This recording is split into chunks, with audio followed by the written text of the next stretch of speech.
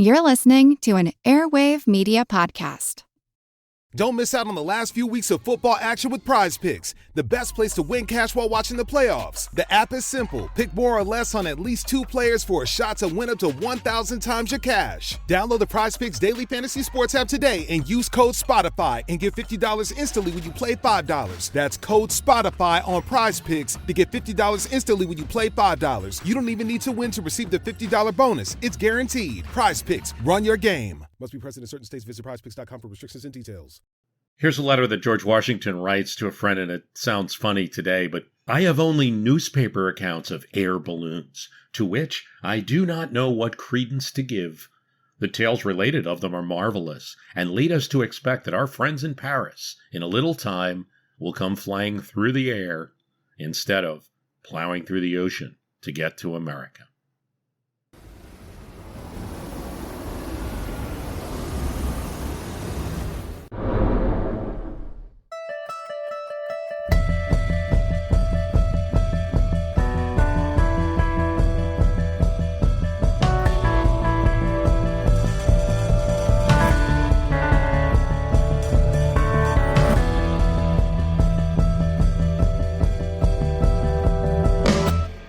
George Washington had to be amazed when later he would actually see the sight of a balloon flying over Philadelphia, the first time in the United States that Americans had been seen flying in the air like birds.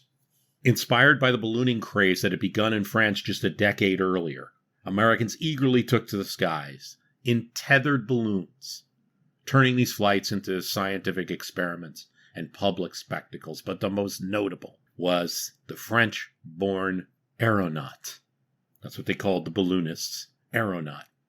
Jean-Pierre Blanchard, who made history with the first manned balloon in the United States, January 9th, 1793. It was from the Walnut Prison in Philadelphia, Walnut Street, and everybody was watching.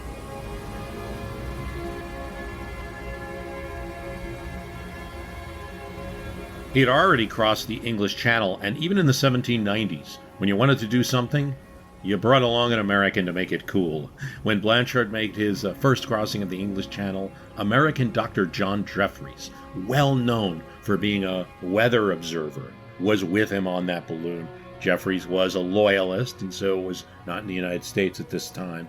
None of this was merely a show. They were equipped with a barometer, thermometer, and he was recording scientific data from the air. Now, it's interesting that, and I didn't know this till I was researching this little episode, is that there isn't anyone to regulate the air over the United States, but you're going to have to take off from land. So, for the first time ever, the President of the United States, George Washington, provides a letter confirming his safe passage, an early form of official endorsement for aeronautical activity.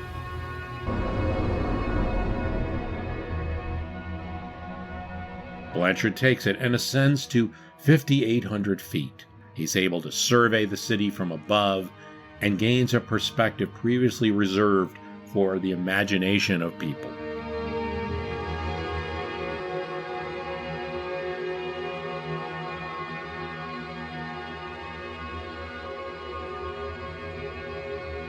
The closest you could get is from the belfry, from where they rang the bell, the church. He's looking over that.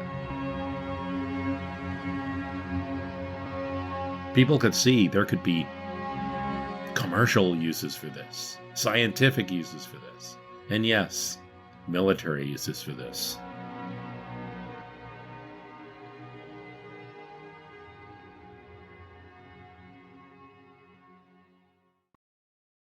How many times do we lose a battle because we can't see where, gosh darn it, the opponent is?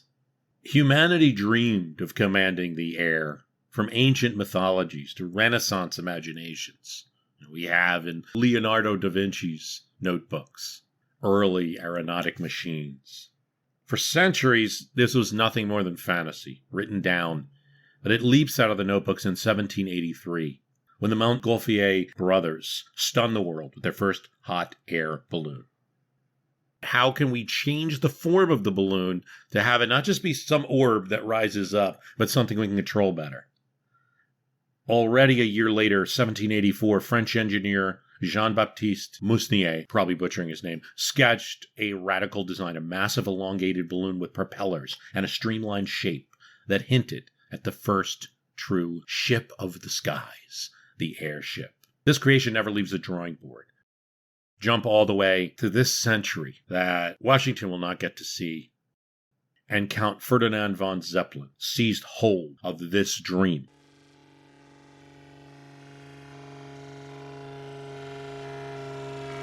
A controllable balloon.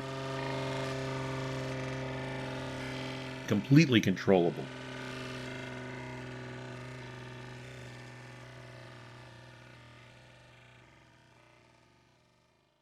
Von Zeppelin was a Prussian officer, but he also was an observer of the American Civil War. And he learned with Union troops how important line of sight was to battles. The Army of Potomac employed balloon sighting on a limited basis. Lincoln himself wanted to appoint a chief aeronaut to give his army an advantage. And Theodore Lowe would develop 7 balloons for the Union Army, and later would develop enhanced processes for getting hydrogen from steam coke burning. During his appointment, Lowe floats a balloon 500 feet in the air, and while he's doing it, telegraphs a note to his boss, Abraham Lincoln. Good publicity. I have the pleasure of transmitting to you the first telegraph from an aerial station. You could see that if it all works, Lincoln, the commander-in-chief, could now see from the air through this telegraph. And so could his general at that time, George B. McClellan. And in the Seven Pines, there's an account from a French observer that McClellan specifically repairs a bridge and reinforces the area after the bridge because the balloon unit says, you've got to get troops over there in a hurry. Zeppelin would have seen Lowe's invention. What about the Confederates?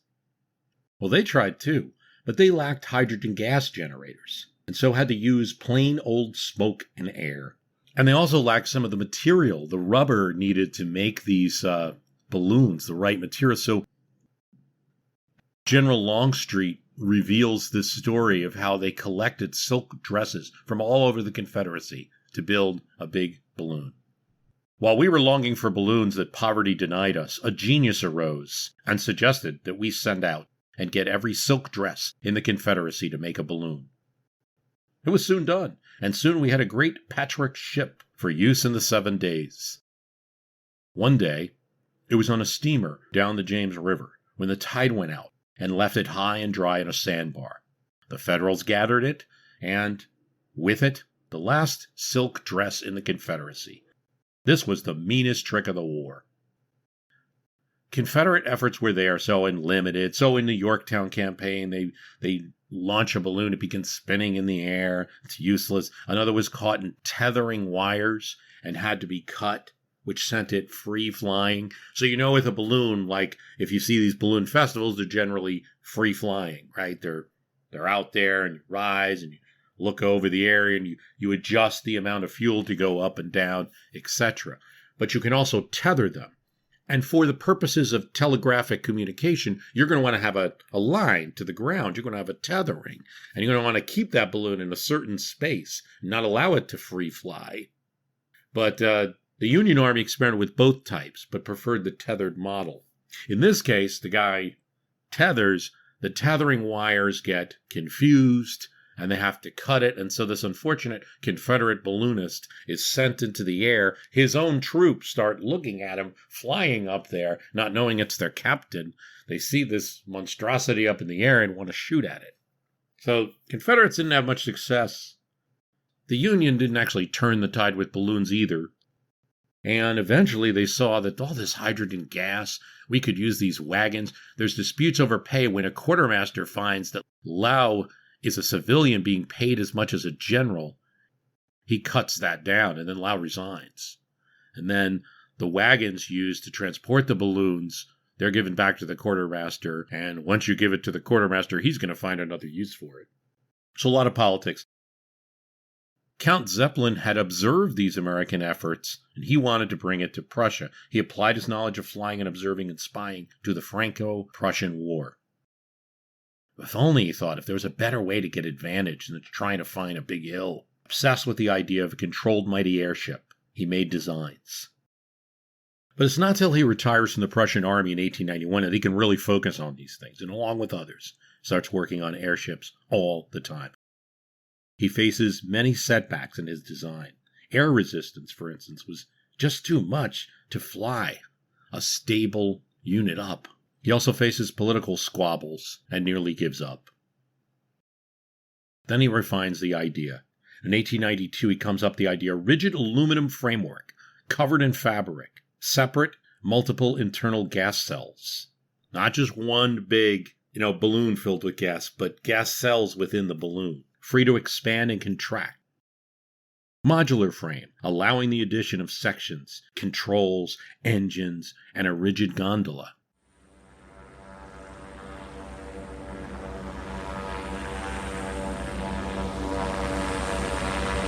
He works this all out on paper, but he doesn't get funds to build it till 1895. And by 1898, he forms a company, and LZ-1 takes off. In 1900, his vision becomes a reality as the first airship ascends,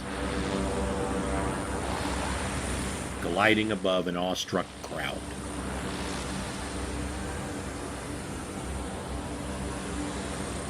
It doesn't take long for airships to enter the imagination as they are being developed. H.G. Wells writes a story about Germany invading America, specifically New York City, using a fleet of airships, with only the New York militia and the fire department opposing them, forcing New York to surrender.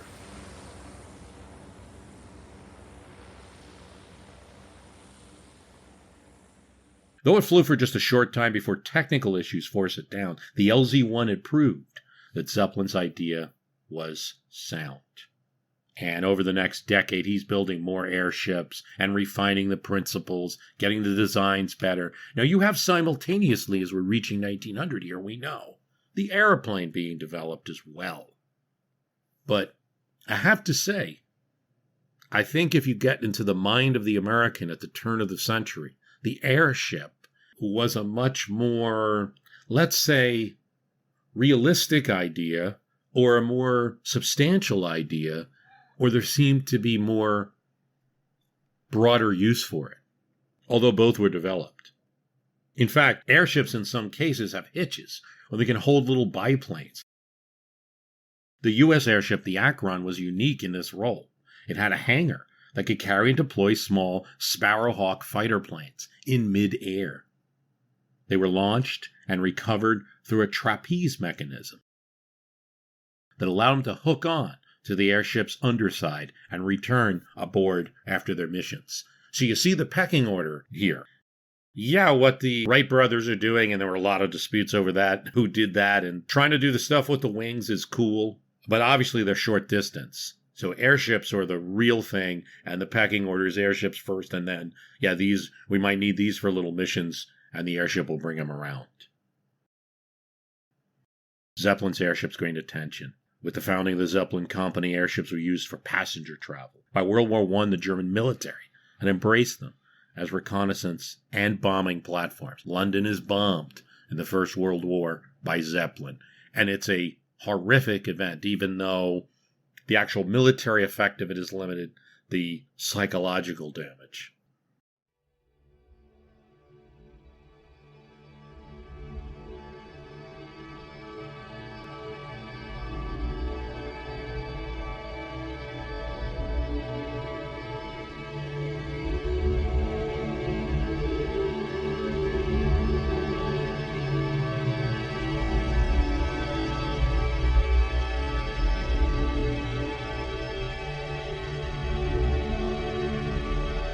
A 1902 cartoon showed a group of tourists in a large balloon looking over New York City, or what had been New York City. It's titled Sightseeing in the 1920s, and it's supposed to be a futuristic vision of what would happen 18 years later.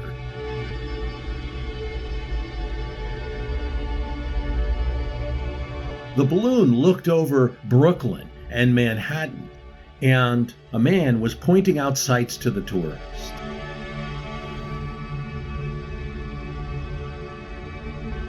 The Brooklyn Bridge there had sunk into the water, and the island of Manhattan was but a sunken depression of dirt and craters. That's Manhattan, the conductor said. With all of its skyscrapers and underground tunnels, it suddenly sunk one day. They haven't been able to find it since.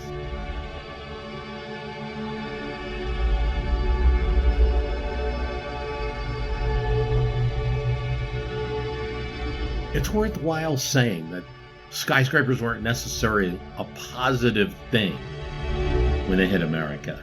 Notably in New York and Chicago, the first cities in the world to have them. New York was a clash of egotistical interests, a prominent turn of the century economist said. These things weren't planned. No particular law said you had to build a high building, certainly, or said you couldn't build one.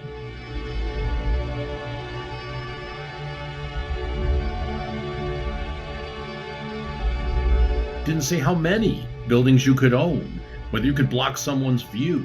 By the 1880s, the American vernacular had its own words for these structures, skyscrapers.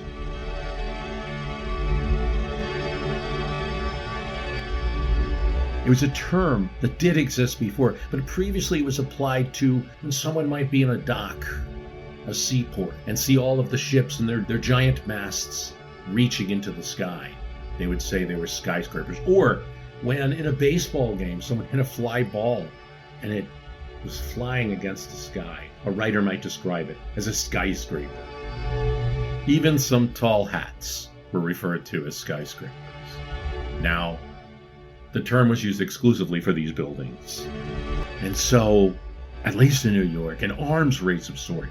You've got to build high so that your views aren't blocked, since your neighbor's probably going to build something high and block your views.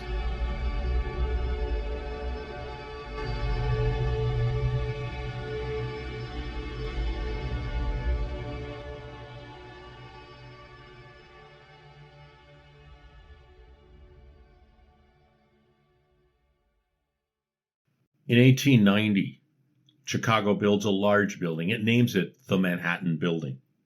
New York answers with the Lancashire Insurance Building, pushing the upper limits of possibility, with all steel frames and rentable space maximized. Writer Henry James bemoaned what had happened to New York, as some did. Old New York was now a picture so violently overpainted, he wrote. Invidious presences, said another writer, so cruelly overtopped one another.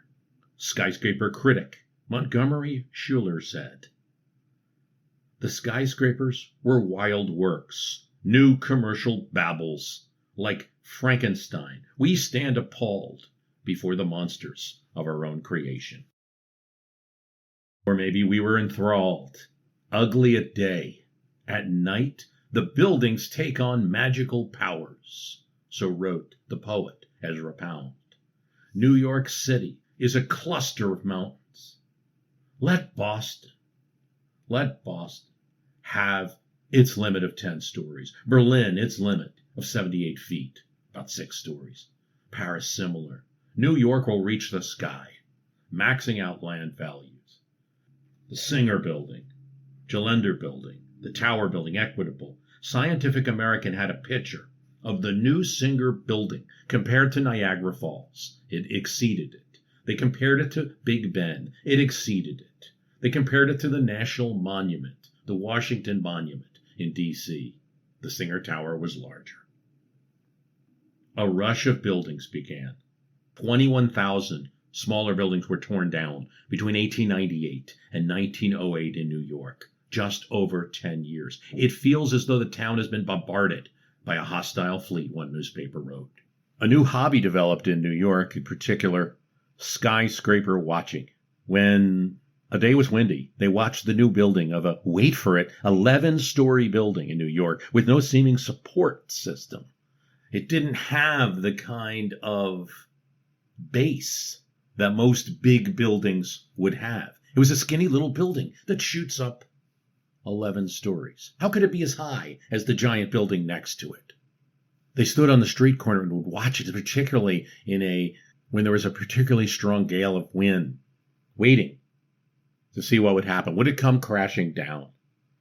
Finally, in frustration, the owner of the building goes to the top and waves to them, indicating that it's safe to be up there.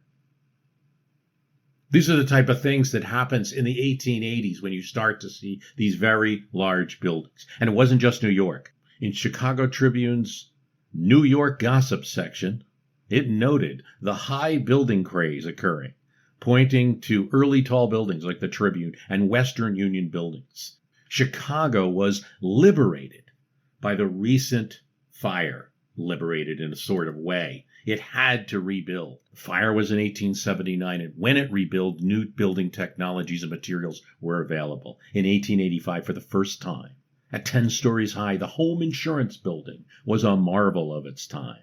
Designer Jenny's iron-framed construction set it apart from anything the public had seen. Newspapers and the public alike were captivated by this bold structure in the heart of Chicago. The first recorded reference to a tall building as a skyscraper appears in an 1882 article in the New York Sun about the Mutual Life Insurance Building. Its method of construction fit the model of what a skyscraper would come to be defined. It didn't need huge acreage to go high up in the air. With Jenny's home insurance building in Chicago, its iron frame bore the building's load, signaling that walls were no longer structural necessities. The population was growing. How could cities answer to hold a burgeoning population? New York watched the rise of Chicago's steel marvels, and it felt pressure to respond in either greater ways. In 1889, the Tower Building emerged from Manhattan streets, a challenge crafted by Bradford Lee Gilbert. With ingenuity and limited space, Gilbert devised a narrow lot solution, stacking floors into a vertical truss, borrowing inspiration from bridge design. Though it lacked the pure steel frame that would soon define true skyscrapers, it rose to the sky. Gilbert had made a noteworthy career for himself building railroad depots, houses, stables, office buildings. And in New York City, his work included the YMCA building, 222 Bowery, completed in 1885, and the original, not the one that's there now, the original Grand Central Terminal in 1871. It lasted till 1913. In 1887, Gilbert was tapped to design an office building for a silk importer, but the importer was only able to purchase the 21.5-foot lot at 50 Broadway. Gilbert struggled to figure out how he could create a structure wide enough for office space, with room for elevators and staircases. All that work on railroad depots paid off. In 1905, Gilbert told the New York Times that after he wrestled with the problem for months, the solution came to him like a flash. He could support both the floors and the exterior walls on a concealed iron skeleton, like an iron bridge, standing on edge instead of crossing a river. This episode is brought to you by Amazon. Sometimes the most painful part of getting sick is the getting better part. Waiting on hold for an appointment, sitting in crowded waiting rooms, standing in line at the pharmacy, that's painful. Amazon One Medical and Amazon Pharmacy remove those painful parts of getting better with things like 24/7 virtual visits and prescriptions delivered to your door. Thanks to Amazon Pharmacy and Amazon One Medical, healthcare just got less painful. Burlington's Oh Wow Winter Clearance event is on right now. Throughout your store, you'll find tons of new markdowns just taken. Look for red clearance tags throughout the entire store for her, him, the kids, and your home. Score some serious savings at Burlington, up to 70% off other retailers' prices on clearance items. These deals on top of deals won't last long, so stop in today. Burlington. Deals, brands, wow. Prices and selections vary by location. The skeleton principle meant that the exterior walls, which were supported independently at each floor, did not have to increase in width in relation to the building's height. The exterior walls thus became more curtains, resting on the beams of each floor. The iron skeleton allowed for more space and windows. And as the tower building joined the cityscape, skeptical New Yorkers predicted it wouldn't stand. When high winds blew during construction, crowd of onlookers gathered. Gilbert then climbed to the peak. Another contestant entered the arena earlier than both Chicago and New York's contenders, the Equitable Life Assurance Building. Erected in 1870, this New York building became a pioneering economic powerhouse. 7 stories high and equipped with steam-powered elevators, it attracted tenants willing to pay a premium for the upper floors. For the first time, a building's value rose with its height, and everyone noticed that. 5 years later, 1875, New York's Tribune Building added height as a statement of its power. Its 9 stories boldly proclaimed that the New York Tribune was the dominant newspaper in Manhattan. For both the insurance company and for the newspaper, the height of the building meant something more than just more office space or even more money. It meant prestige. It didn't take long for the cityscape to develop and the planning for New York. The town attempted to plan things. Key plan, which still isn't implemented today in that city, is that the New York City Hall, which is in its downtown, the lower part of the island of Manhattan, the main part of New York City, to move that to Union Square, which is on 14th Street, a little bit north. Still a bustling place today, but not the center of city government. Avenues were to be built like Paris, going at diagonals, with wonderful views in every direction. It never took place. The plan was reformist, to make the city more beautiful. But even the muckraking and reformist New York Times condemned the plan's proposed price of $15 million. It never took place. One of the reasons was, by the time it could, so many new buildings had already been built. These skyscrapers scared many residents, and it scared fire departments and city commissioners. Nothing this high had ever been seen in their lifetimes. How could people exist up there? Would they get proper air, proper oxygen? What about fires? If a fire started, how on earth will we put this out? Henry Parmalee was a piano maker from Connecticut. And in his own factory, he wanted to protect his precious pianos from fire. And so he designed a mechanical sprinkler system. When the heat gauge was activated, water would flow. Designs like this had happened before. Leonardo da Vinci had actually thought of a system that would be kind of a automatic sprinkler system. In the UK, it was being used, but for commercial properties, the Parmalee system was the first one to be used. It was later improved by Fred Grinnell. His name is still a trademark in fire prevention. The systems required water, though. When there's a fire, it's going to require water to put it out. Where does this water come from? Well, it became too difficult to pump water up. So in most cases, they would have cedar barrels placed on the top of the buildings that would drive water down when needed. These water towers are still a feature on some older New York City buildings. In 1910, Frank Woolworth, who had made his fortune on his 5 and 10 cent stores, began building his own towering headquarters in New York. He would take his building to 792 feet, just 5 stories above the Singer Building, and become the world's tallest. When it opened, President Woodrow Wilson switched its lights on from Washington, and the Woolworth Building became a beacon of ambition and modernity. But Woolworth was pretty smart about it. First of all, he hired Cass Gilbert as his architect. And aware that people were commenting on the ugliness of these skyscrapers, Woolworth made sure to bring in key critics, like, for instance, Montgomery Schuller, who had written, about how skyscrapers look like Frankenstein monsters. And he praised the new Woolworth building.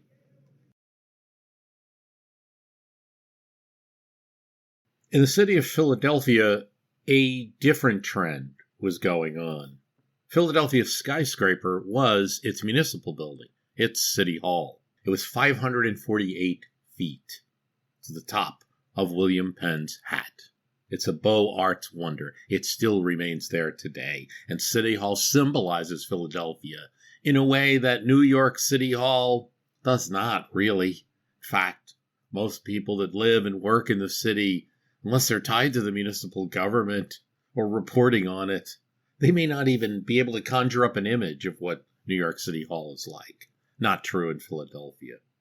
But Philadelphia does something completely different than New York. There's a gentleman's agreement in effect that nothing can be higher than William Penn's hat.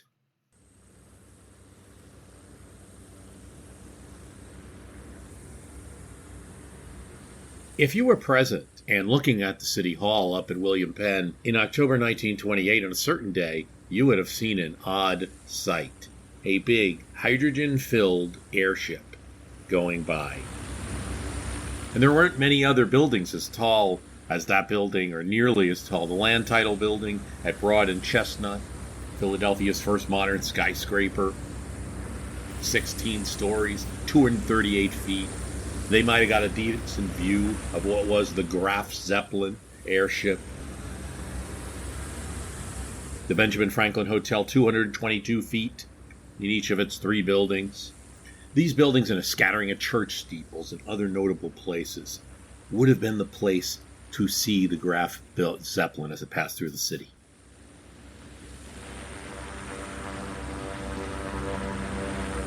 This from newspaper reports. The big airship circled above the business heart of Washington as the Graf Zeppelin made its way above the White House. She was close down to the heads of the fringe of people on every high roof in the city.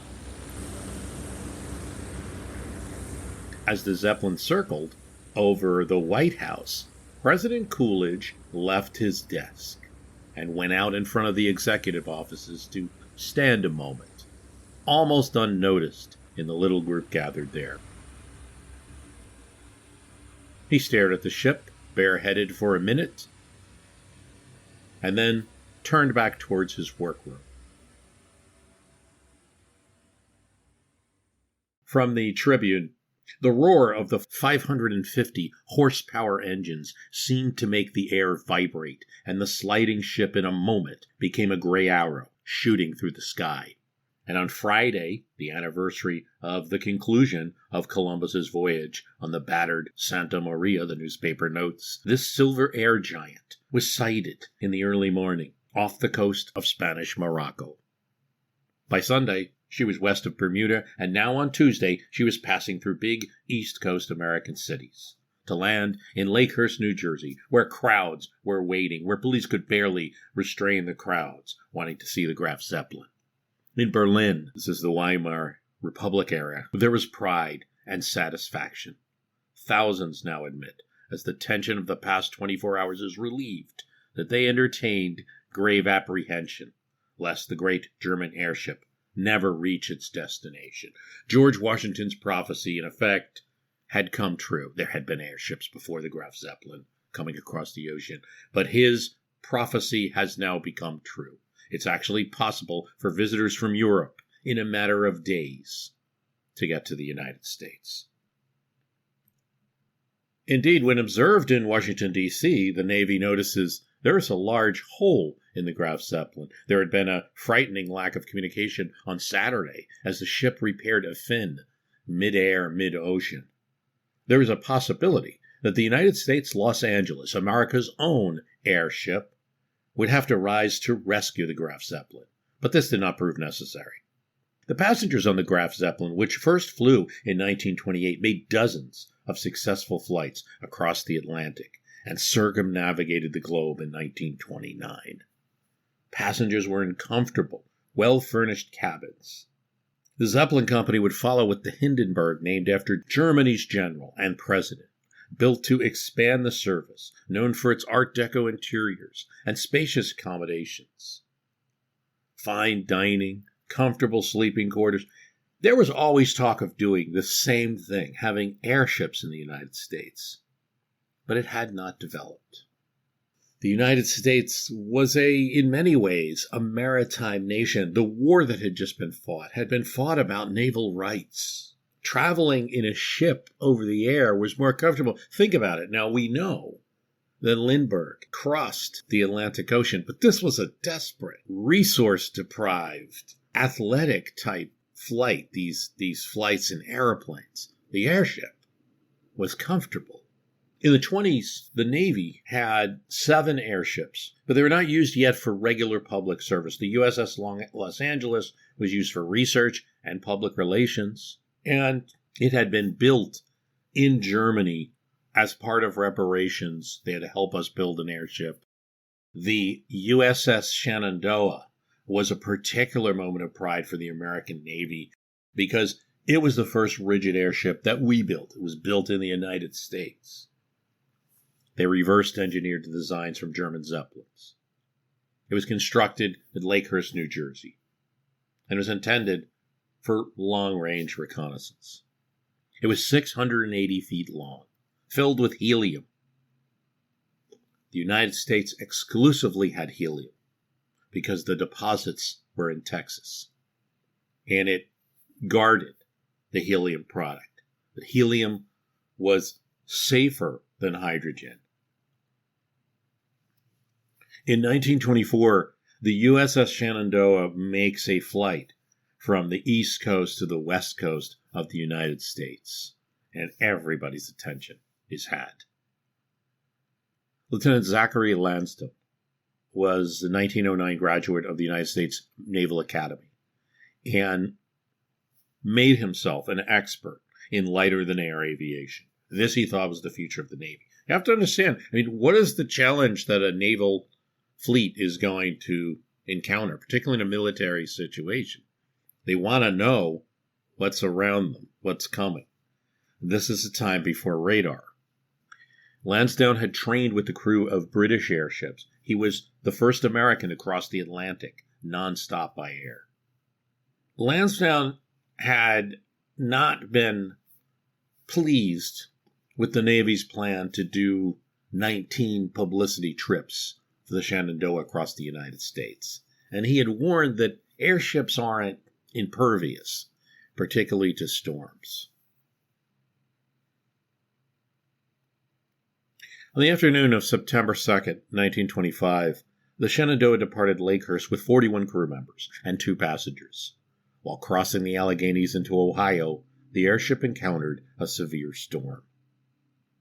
Initially, Lieutenant Lansdowne adjusted the course slightly to bypass the storm, but under pressure to adhere to the schedule, he decided against heading south for clearer skies.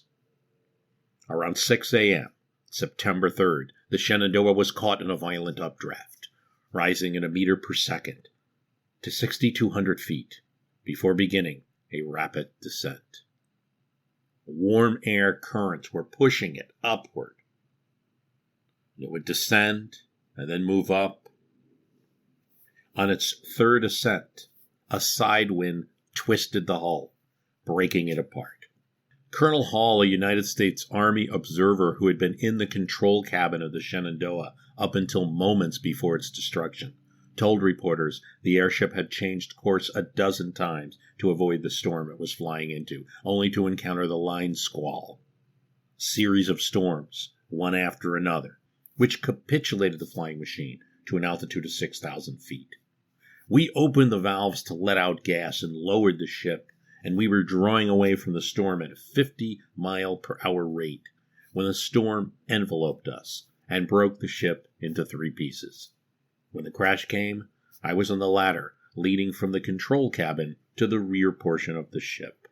As I started to fall, I clutched a girder, to which I hung suspended, finally swinging my body over it and crawling 40 or 50 feet back to the ship. 8 men, including Hall, and J.B. Anderson, whom 8 months earlier had proclaimed the ability of dirigibles to survive the highest winds, rode the front portion of the ship through the air for a half hour and more than 12 miles before landing safely, thanks to crew members who navigated it like a giant balloon.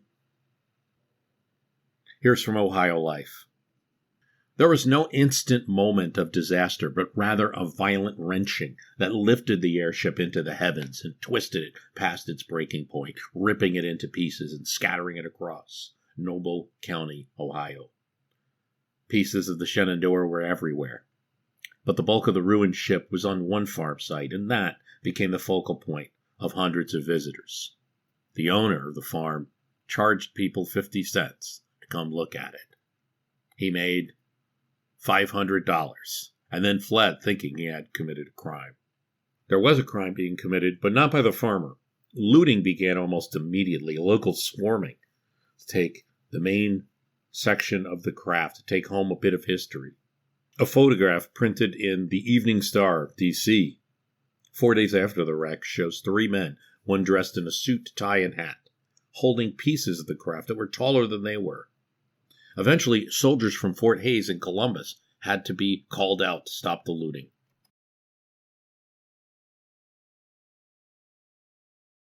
Your neighborhood just got cooler with Kroger Delivery's refrigerated trucks. Simply order groceries at the same great prices online as in-store, and we'll bring them to you fresh every time. And if that wasn't cool enough, you can now earn 4 times the fuel points after 4 with your digital coupon.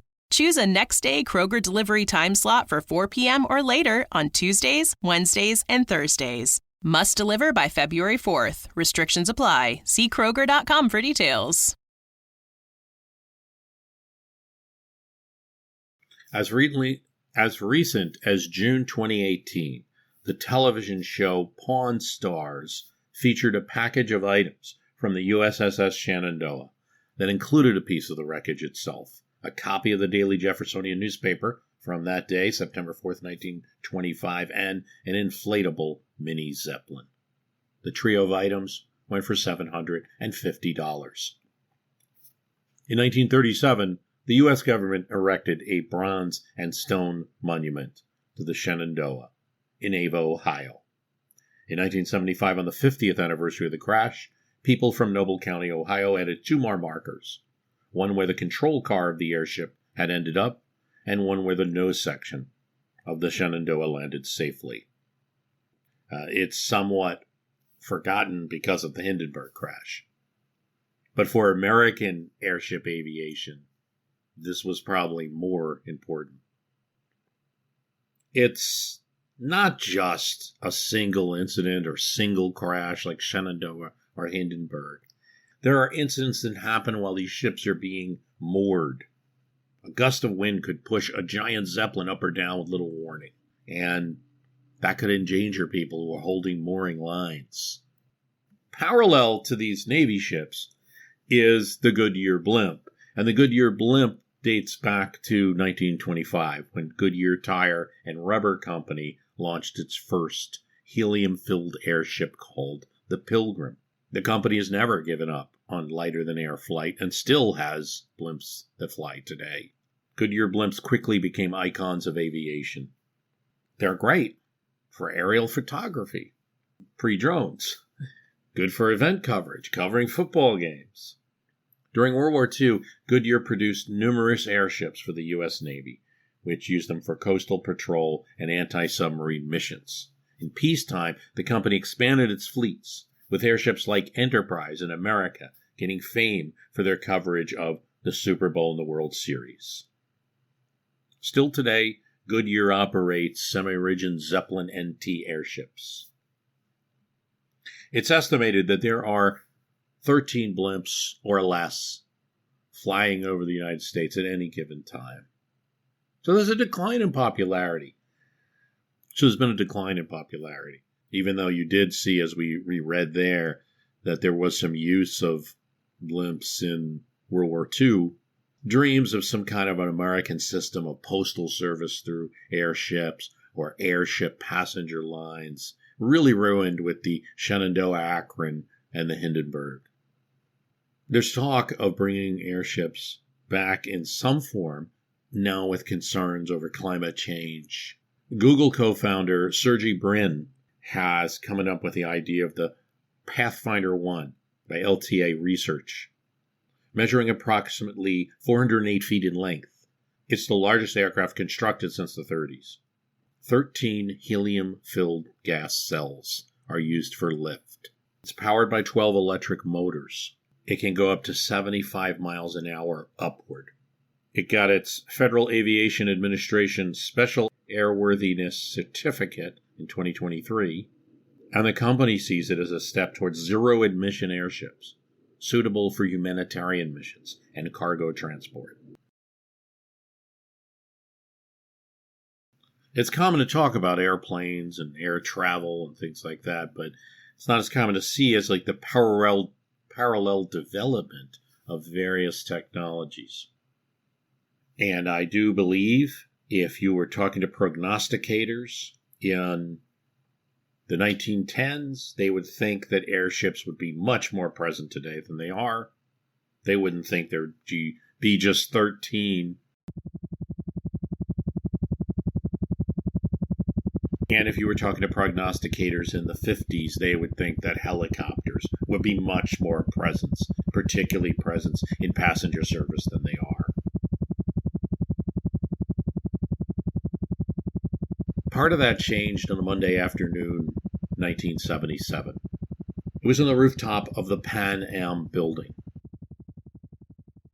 high above the city, place reserved for those who traveled with purpose and urgency. It was 59 stories above Midtown.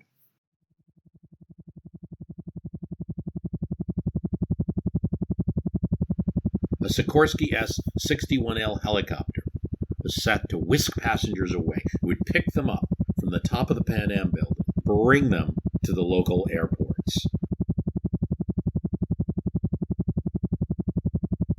This was a way of bypassing New York City traffic.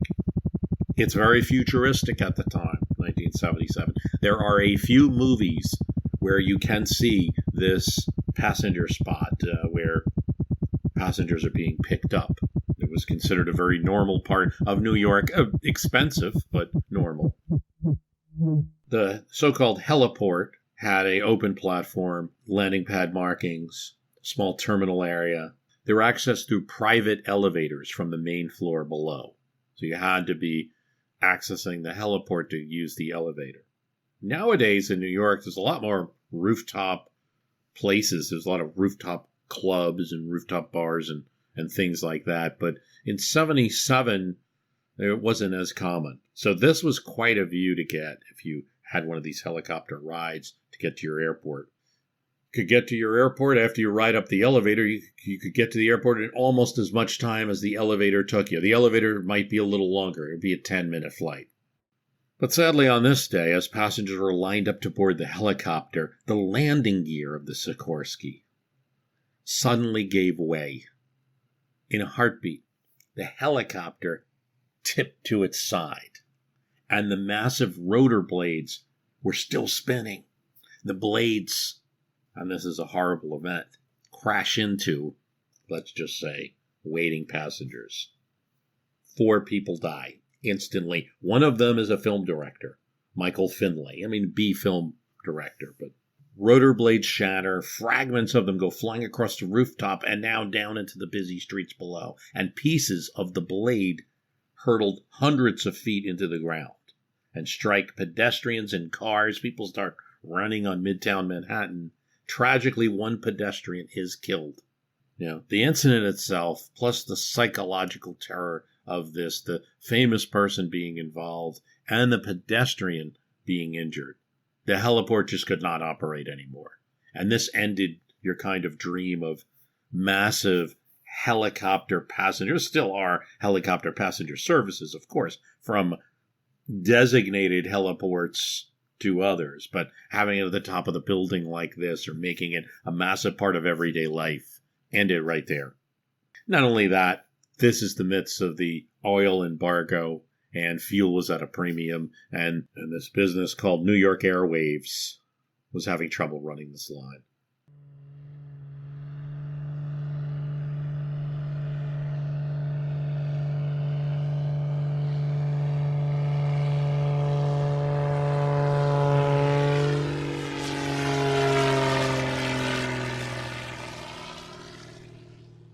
The plane passenger routes have a much longer history, and First commercial aviation, passenger aviation, begins with the Benoist 14, a small biplane designed by Thomas Benoist, which made history January 1st, carrying the world's first paying passenger on a scheduled airline flight that, say, anyone in the public could have taken. And it's operated by the St. Petersburg-Tampa Airport line. A decade later, May 23, 1926, Western Air Express inaugurated the first year-round airline passenger service. Their flight from Salt Lake City to Los Angeles established a fixed route. The first documented airline passenger was a fellow named Ben Redman. He was, of course, the chairman of the Aviation Committee of Salt Lake City Chamber of Commerce, and he was a major stockholder in the Western Air Express, so he wasn't like a everyday passenger. They all had to be outfitted with coveralls, leather helmets, goggles, parachutes. They climbed into the open compartment atop a bag of mail on a Douglas M2 biplane, behind pilot Charles Jimmy James. They received box lunches. And this is no first-class flight, folks. Portable toilet facilities. Read a tin can. Now, this is a flight from Salt Lake City. The aircraft takes off at 9:30 a.m., has to stop in Las Vegas, and gets to Los Angeles by 5:30 p.m. You think your flight's long. By the end of 1926, they had carried 209 passengers, and there's going to be many more airlines after this. Western Air Express would later become part of the Delta Airlines family tree. By the mid-1920s, the U.S. Postal Service is issuing contracts to private air carriers. And this is really what enables, because a lot of these businesses, Western Air Express was successful, made a profit that year, but a lot of these small airlines can't really guarantee that they're going to get a stream of revenue from this new service of offering passenger flights. So the mail is what provides a regular income for the airlines, where they can work on this more experimental field. And that really helps to give a boost to passengers. Like, well, we're delivering the mail, but we can also take a few passengers. In 1943, President Franklin Roosevelt became the first sitting president to travel by air on a Boeing 314 Clipper flying boat, which transported him to the Casablanca Conference, an essential World War II meeting. In 1930s, TWA, led by aviation enthusiasts Charles Lindbergh and Jack Fry, to use his name, and it's based in St. Louis and was for some time, it introduces some of the first coast-to-coast services and collaborates with Douglas Aircraft to develop the DC-1, DC-2, and later DC-3. DC-3 is a turning point in commercial aviation. You've got more speed, you've got more room for seats, you've got comfort, it's efficient.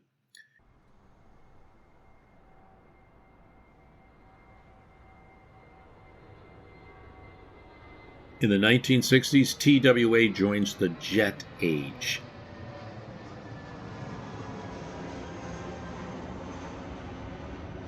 And becomes the first U.S. airline to operate an all-jet fleet.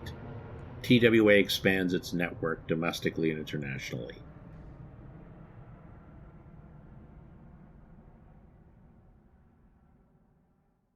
In the 70s, TWA is riding high. What happens? We did a whole episode on this. Airline deregulation just hurt its profits too much. 1990s, TWA files for bankruptcy. And by the time you get to the 1970s, jets are already becoming used. They've had a decade of service in some cases. A fellow named Frederick Smith, who is a Marine pilot, comes up with an idea, and he purchases 14 sleek jets. He was going to do something absolutely revolutionary with them. He decides that each evening, these 14 jets will converge on Memphis, Tennessee, from all across the country, where they had picked up various packages. They'll all go to Memphis, sort the packages, reload them, and be sent back to deliver new packages out and get more. So you get everything from all over the U.S. and send it to one, quote, hub in Memphis. Why not send it to hubs that are closer to where the packages are being delivered? No, that doesn't work. things can get lost in all of that. Send it to the hub. The hubs are experts. They run flights all the time. They will sort everything out. And forget trying to deliver packages on the ground. The ground is too slow. Well, Frederick Smith would feel this way. He was a pilot after all. This system, called hub and spoke, is what makes Frederick Smith's Federal Express really become popular. It's also that name. It makes it sound like it's part of the federal government. It wasn't. We'd get a lot of federal government business eventually, but it was not. It was a competitor to the post office. Smith's jets, the Dassault Falcon 20s, could carry up to 6,200 pounds of freight. It quickly expands. Airline deregulation does help Smith and Federal Express because he's able to pick more of his routes. They're not protected anymore, and he can upgrade to larger planes. The company starts running with Boeing 727s and handle even more volume. By the 1980s, FedEx is eyeing international markets with Canada, then moving into Europe and Asia. Smith didn't invent hub and spoke, but he was the first to apply it to an air cargo system. In its inaugural year, in 1973, FedEx handled an average of 186 packages daily, 68,000 a year, and that seemed like a lot. But by 1978, the company was already delivering 19,000 packages daily, 7 million a year. And as of 2023, FedEx delivers 5.58 million packages each day.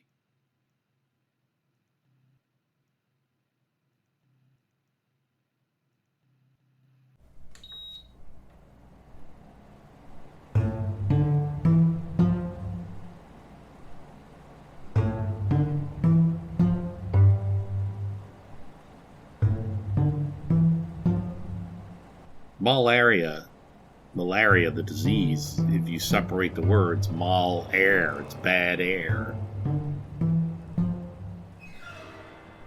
That's where the word comes from. Originally, they thought what was causing the problem wasn't insects, but the air. Gases in the air, the temperature of the air. I mean, it does in a sense because human conditions are ideal for mosquitoes. And there was once a lot more malaria in America than there is. It arrives with European settlement.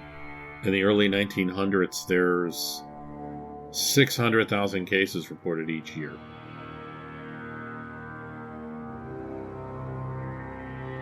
Dr. John Gorey is treating patients with malaria, and he finds that, part of the issue is these patients just need to be cooler. And so he creates an ice-making machine that helps to cool hospital rooms. He patents it in 1851. It doesn't become a commercial product. There's all of these attempts to kind of build these early, let's blow air over ice type systems. It's really in 1902 when Willis Carrier, an American engineer, develops what's widely recognized as the first modern air conditioning system. He's helping out a printing company in Brooklyn, and they say when it gets very hot, we just can't print materials. So, Carrier's system controls both temperature and humidity by passing air over cold coils. All electric. He patents it, and in 1915 he finds the Carrier Corporation. By the 1920, people say, well, wait, if we can use this for an industry, let's use it to public spaces, particularly movie theaters and department stores. People that are willing to invest to get people to come in the door.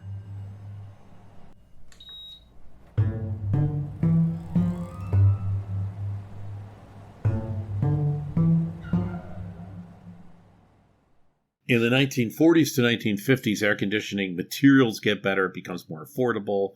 There are safer refrigerants like Freon that make air conditioning systems more practical for smaller spaces. Window air conditioning units become popular for homes and suburban housing developments.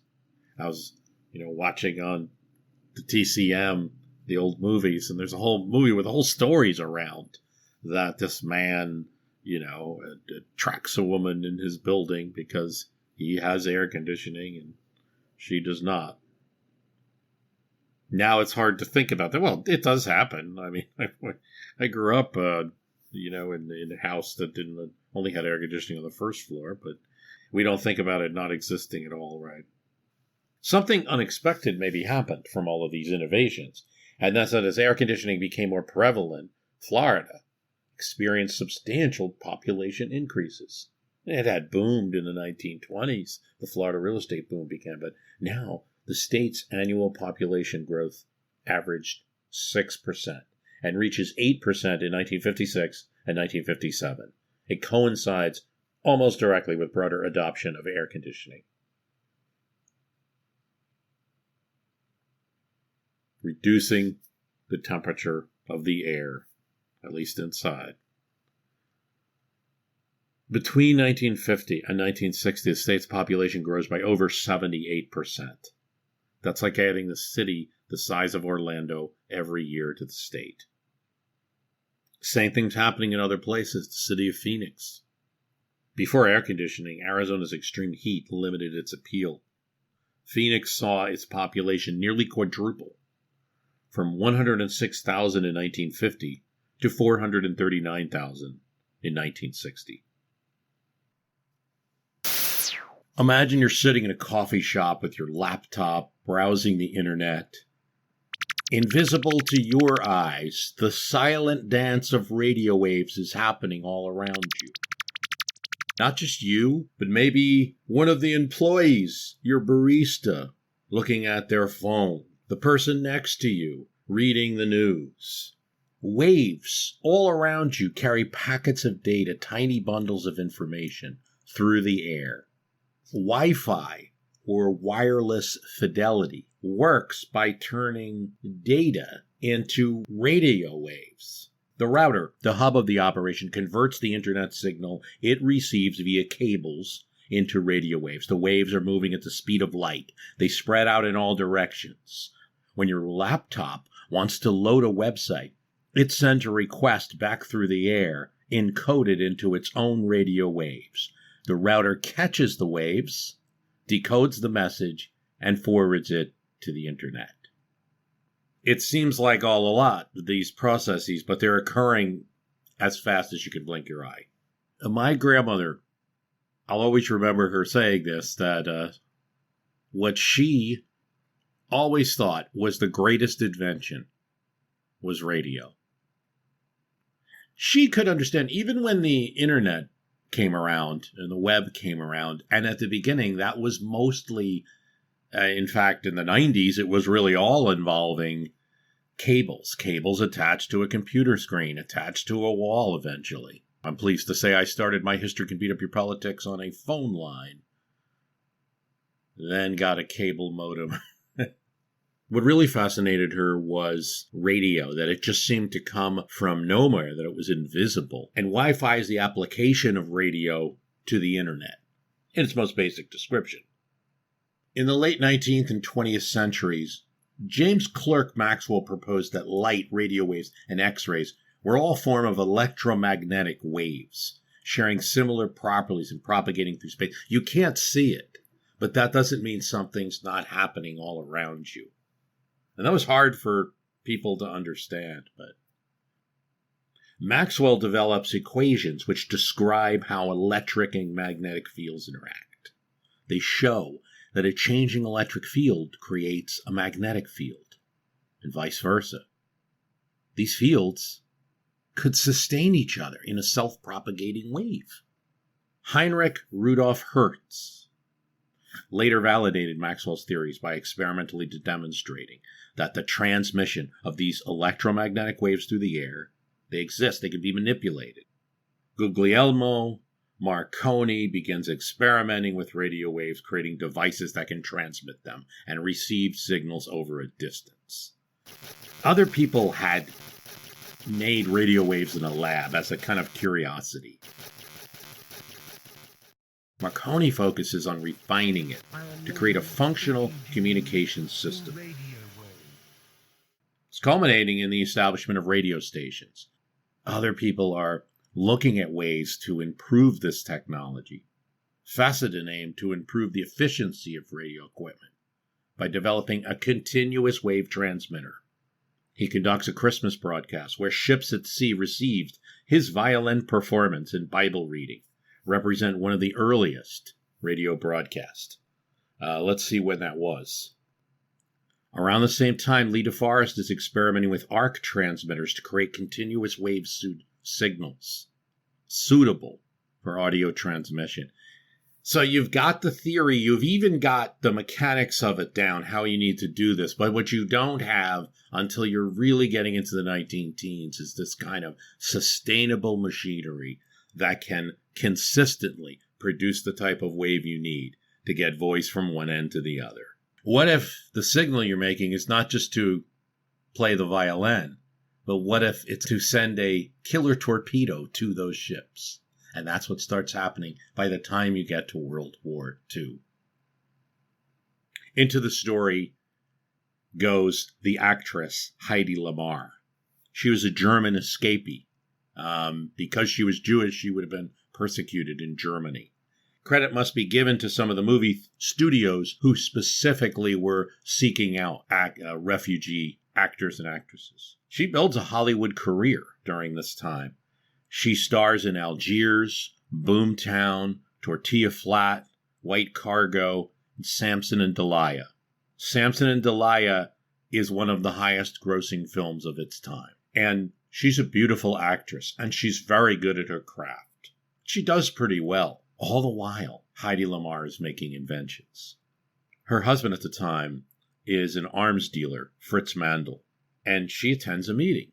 And during one of these meetings, she overhears discussions about the pressing need to secure radio-guided torpedoes. It's all well and good to have these torpedoes that are controlled by radio signals. But you've got to protect them. You've got to make sure the enemy doesn't get that radio code and potentially jam it, disrupt it. Once they're jammed, they can be diverted far from the targets. Lamar starts thinking about this, as she's wont to think about a lot of things and develop inventions on her own. She meets a composer, George Antheil, and they're composing, they're working on synchronized player pianos. Her son said, "If you talked about a problem, my mom had a solution." She improved traffic lights. She invented a tablet that dissolved into water to create a flavored carbonated drink. And she starts thinking, well, wait a second. If we use the application of synchronized frequency changes the way that Antheil has been doing with synchronizing pianos to hop between notes, a similar approach, hopping between frequencies, could be used in radio transmissions. The transmitter and the receiver would simultaneously jump between the different frequencies in a synchronized pattern. No one intercepting the signal's going to know where they're going to hop to. By using this hopping technique, any potential jammer would find it impossible to interfere with the transmission. They wouldn't know what frequency signal to use next. Lamar and Antheil, the composer and the actress, received patent 2,292,387 for their secret communication system. It uses 88 frequencies based on the piano's 88 keys and allowed a secure communication that can guide torpedoes without being jammed. And the Navy accepts Lamar's invention and pays her handsomely for the invention, right? Wrong. Unfortunately, when Lamar presents it to the U.S. Navy, they were basically dismissed. They thought the system would be too cumbersome for torpedo integration and suggested that Lamar use her celebrity status to support the Navy in other ways. Sell war bonds. She does, of course, and she raises millions for the Army, but that's not the point. Her invention has been overlooked. But the principles are going to play a crucial role. Spread spectrum communication, frequency hopping, is foundational to systems we use today. If you're listening to me with anything involving Bluetooth going to your earphones, that's Heidi Lamar. In concept, GPS, Wi-Fi, all connected. In 1985, Dr. Norman Abramson and Dr. Franklin Kuo become the first people to use radio waves to send packets of data across different buildings. They connect 7 University of Hawaii campuses using Aloha Net through wireless data packets. Now it takes off. The actual standard we credit to the IEEE, which is an engineering association. Actually, I have some familiarity with it. Good organization. Vic Hayes is widely regarded as the father of Wi-Fi. He develops the IEEE 802.11 standards. It creates a unified framework for wireless communication. As for Heidi Lamar, they do get an award from the Electronic Frontier Foundation. In 1997, Lamar and Anthel get a EFF Pioneer Award. She dies at the age of 85. She got some recognition of her invention, but it's not until 2014 when she's inducted into the National Inventors Hall of Fame, and in 2017, thanks to a documentary, Bombshell, her story comes more to light. Today, she's celebrated as a pioneer that enables, among other things, you to hear my voice right now. I want to thank you for listening. www.myhistorycanbeatupyourpolitics.com is the website. There'll be several more episodes in the Ark of Commerce series. Thanks for listening. Hello all, Eric Rivenes with the Most Notorious podcast here. Each week I interview an author or historian about a historical true crime, tragedy, or disaster. Subject matter ranges from gunslingers to Gilded Age murder to gangsters to fires to pirates to wild prison breaks. My guests bring their incredible knowledge directly to you. Please subscribe to Most Notorious on your favorite podcast app. Cheers, and have a safe tomorrow.